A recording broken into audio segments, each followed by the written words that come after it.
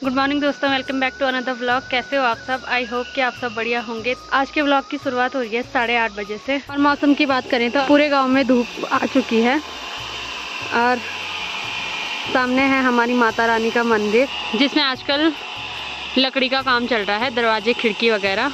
और अभी मैंने साफ़ सफाई पूरी कर दी है, तो अब चलते हैं किचन में, नाश्ता बना लेते हैं। और अभी मेरी मम्मी कर रही है नाश्ते की तैयारी। और नाश्ते में आज बन रहा है मूली के परांठे, जो कि मम्मी ने अभी अभी खेत से निकाली है। और अभी हमारा नाश्ता भी बन गया है। नाश्ते में बनी है आज मूली के परांठे और मैं और मम्मी कर रहे हैं नाश्ता और पापा ने नाश्ता कर दिया है। और अभी लगभग मेरा सारा काम हो गया है। और जब हम हिमाचल गए थे तब हमारे यहाँ धान की मंडाई हो रही थी, और जब हम हिमाचल से आए धान की मंडाई पूरी हो गई है।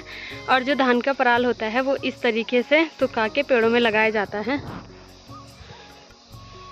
और आज मेरी मम्मी का मन है कापली और भात बनाने का, तो अभी मम्मी कद्दू के पत्ते यानी कि नलिंडे लेके आ गई है, जो हम काफ़ी टाइम बाद बनाएंगे। और अभी मेरे सारे काम भी हो गए हैं। अभी मैं जा रही हूँ बड्डी के यहाँ। अभी जैसी मैं यहाँ आई वैसे मैंने देखा कि मेरी चाची ने भट्ट भी कूट दिए हैं, तो ये हुए हैं भट्ट।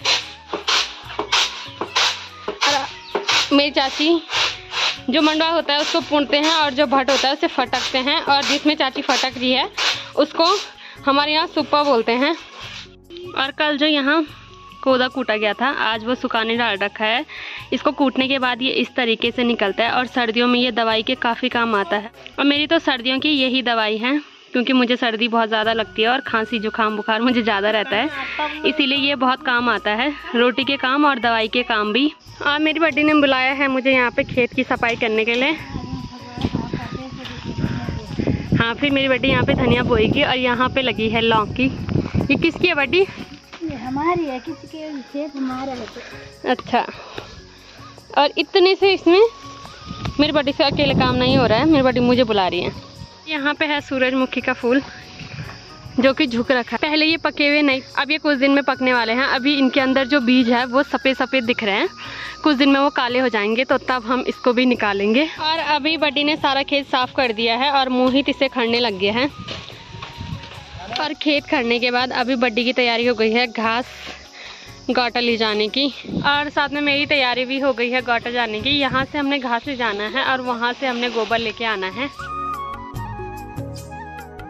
और आज काफ़ी दिन के बाद जब से मैं हिमाचल से आई हूँ तब से आई हूँ मैं अपने गाटे में।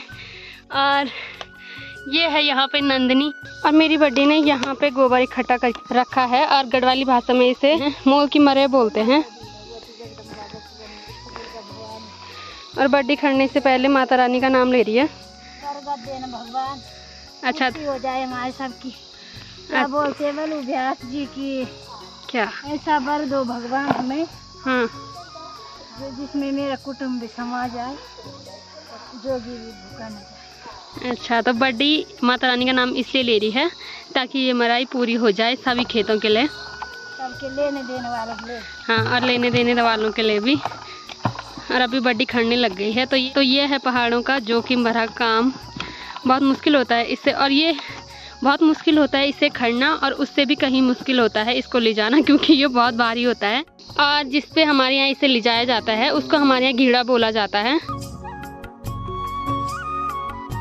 जब मैं शहरों में थी तो मैं शहरी अंदाज से रहती थी, अब मैं गाँव आ गई हूँ तो ये काम करना ही पड़ेगा। और जो भी गाँव में रहता है वो सभी लोग ये काम करते हैं। और ये वाला गोबर बिल्कुल परफेक्ट हो चुका है खेतों में डालने के लिए, इसकी बहुत बढ़िया खाद होती है। और इसमें केंचुए भी हैं। जब मैं छोटी थी तो मैं बहुत डरती थी इनसे, पर अब बड़ी हो गई हूँ, अब नहीं डरती हूँ। हैं? हाँ, अब मैं सिर्फ अपनी बड्डी, अपनी मम्मी और अपने पापा से डरती हूँ और किसी से नहीं डरती हूँ। और अभी हमने दोनों घीड़ी भी भर दी है। और घीड़े भरने के बाद अभी बड्डी लेके आई थी मेरे लिए शर्ट, तो मैंने शर्ट पहन ली है। अब उठाते हैं हम अपने घीड़े, और धूप इतनी भयंकर हो रही है। और अभी मेरी बड्डी ने उठा दी है अपनी घीड़ी, अब मैं भी अपनी घीड़ी उठाती हूँ। और अभी मैंने घीड़ी भी उठा दी है और काफ़ी भारी हो रहा है ये। और आगे आगे चल रही है मेरी बड्डी, पीछे पीछे मैं। और अभी हमने दोनों ने यहाँ पे गोबर डाल दिया है। भाई पकड़ घीड़ी, हाँ, घर आने की सजा यही भुगतनी पड़ेगी। अल्लाह शहर में रहती अब काम तो करना पड़ेगा, खाएगी तो करना पड़ेगा। और लोगों के घर वाले खुश होते हैं कि हमारे बच्चे घर आ गए, पर यहाँ पे उल्टा है, यहाँ पे सज़ा मिलती है आने की, और मुझे वही सज़ा मिल रही है आज। और ये है धनिया का बीज, और हमारे यहाँ इससे पहले जूते या चप्पल किसी से भी रगड़ा जाता है और इसके 2 पीस किए जाते हैं, उसके बाद इसको बोया जाता है और उसके बाद ये उगता है। अगर इसको सीधे ऐसे बोया जाए तो ये नहीं उगेगा, इसको 2 पीस करने के बाद ही बोया जाता है और तभी ये अच्छे तरीके से उगता है। और जैसे जैसे मेरी बड्डी इसे पीस रही वैसे वैसे इसकी बहुत अच्छी खुशबू आ रही है।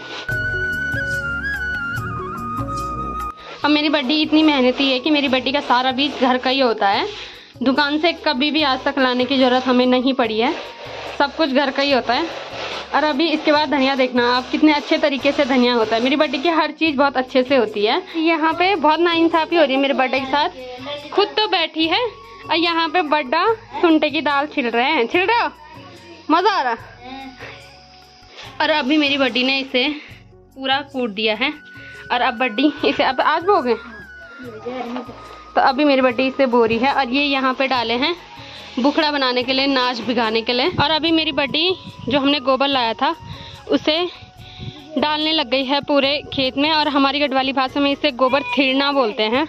और जब मैं बहुत छोटी थी तब मैं जैसे गोबर पे हाथ लगाती थी तो 2-3 दिन तक मैं खाना ही नहीं खाती थी कि हाथों में बदबू आ रही है।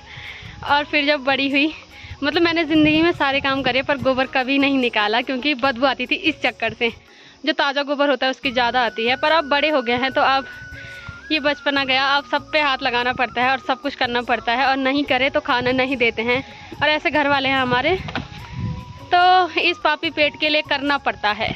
और बीज डालने के बाद अब मेरी बड्डी गोबर डालने लग गई है, तो अब जब ये धनिया उगेगा तब दिखाऊंगी मैं आपको।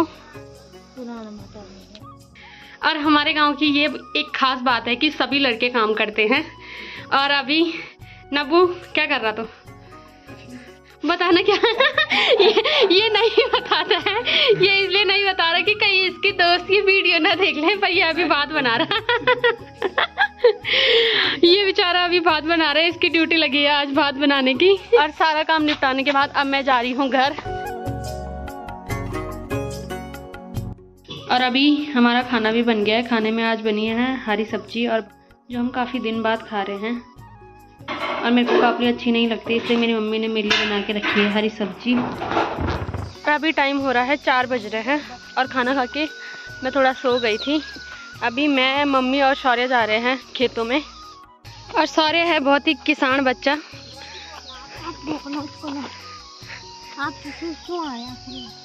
मैं तो ऐसे घूमने आ रही, घूमने नहीं, काम करो का। मैं नहीं करती काम। और शौर्य ले जा रहा है अपनी मम्मी के लिए पानी।